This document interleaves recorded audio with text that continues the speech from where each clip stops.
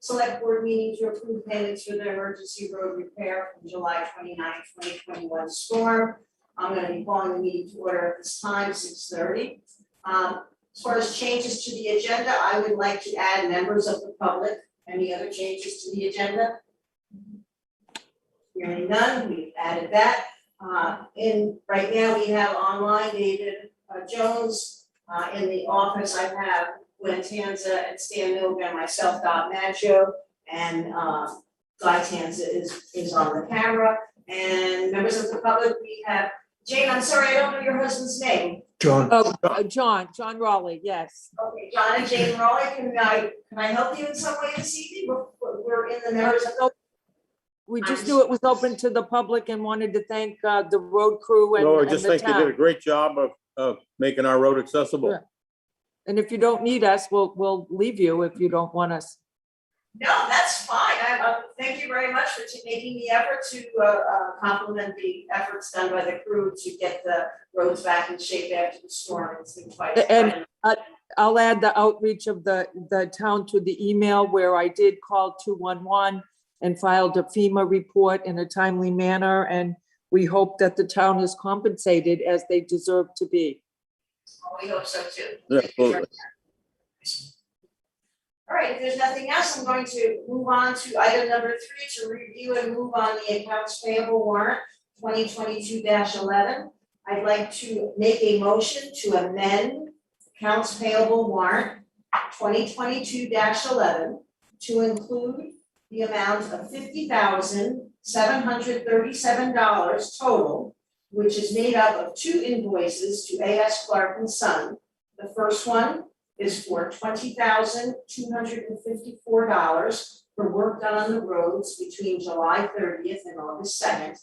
And the second invoice from A.S. Clark & Sons, number 1381, in the amount of $30,483 for work done on Putney Mountain Road, Holland Hill Road, Ellenware Road, Hill Road, Grassy Brook Road, and the storm damage. So the total amount I'm looking for approval is again $50,737. May I have a second, and then we will have a discussion if any. May I have a second? Second. Seconded by Stan Noga. Any discussion? I guess, sorry, go ahead. I wasn't sure whether you wanted to clarify some of the things that I think you were questioning about the invoices, whether you got clarity on that. Yes, okay, so that's what I was just gonna do as far as discussion.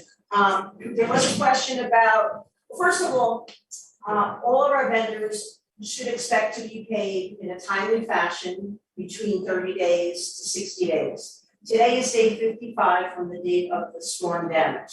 And that is why I'm having a special meeting to authorize payment release of these funds. In normal situations, if this is day 55, October 6th would have been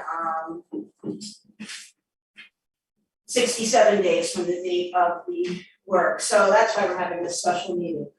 There was a question about the inspection of the roads. I did talk with Mark Pickering from V-Trans and this morning, and he did go through the roads, but I'm gonna read the email from him. Because as discussed in our phone conversation, Mark Pickering is speaking. He was involved in damage estimate and will continue to be involved in the recovery phase of the July 29th flood events. I understand the conflict of interest concern in having a town road commissioner certify his own work as a contractor. Generally, the verification of the work being performed in line with current town codes and standards would come from the person providing construction oversight. I did meet with Archie Clark and Mark Bills as they were putting Putney Mountain Road back together. We talked about the work being done, about following codes and standards, and about documentation of the work for future reimbursement purposes. The work I saw being done was consistent with the road and building practices, and the plan moving forward was sound. However, I did not provide construction oversight, and it is my understanding that road foreman Mark Bills was overseeing the work done by A.S. Clark & Sons, and he would be the most informed and qualified individual to certify the accuracy of the invoices submitted and the work that was completed. Please feel free to get in touch with me with any questions the board may have. So I felt that Mark Pickering did confirm my assumption that Mark Bills does verify that the work is done as our town agent for the road work. As far as looking at the billings, differences in the costs for materials that may appear from one shipment to the next was due to the amount of travel that had to occur for that material. There was some material that had to be brought over the covered bridge to go to the back to Holland Hill Road, and that costs an extra $5 per cubic yard in addition to what the cost of the materials. We're lucky that we have a pit here in Brookline, so normally the shipping charges are for truckloads of materials is minimal. So if there's any other questions or things that I need to clarify, I did meet with Mark Bills. We went through the worksheets, and I sat down with their bookkeeper already. I'm quite satisfied that these are sound invoices and that we should pay them this evening. Is there anybody else would like to add to this discussion? The amount of $737 that appeared in one invoice and then appeared later as a separate invoice, was that one and the same item, or were they in fact two separate items? Thank you for bringing that up. The amount in question is for a load of 42 cubic yards of material. 42 cubic yards is a common amount that is placed in the back of one of those giant trucks. And so it was for material closer to the source. So it was not included in the A.S. Clark's bill later. It is a separate billing. They were subcontracted by Archie because the amount of gravel that was needed was not available right away. He had to, so yeah, he had to get material from another vendor as well. But thank you, that was the question that I had as well. That was from the Zaluski. Zaluski, excavation, correct. We did, however, catch a mistake where the town of Brookline, Massachusetts bill for repairing their Peterbilt truck was sent to Brookline, Vermont. I did call them up. I thought that we didn't have a Peterbilt truck, but we'd be willing to accept one. that was taken care of. They're sending a truck? Yeah. Anything else?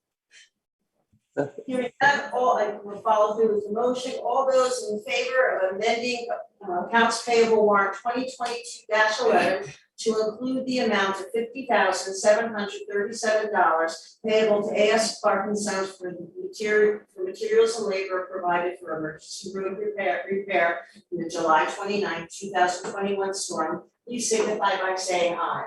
Aye. I don't think we get to vote.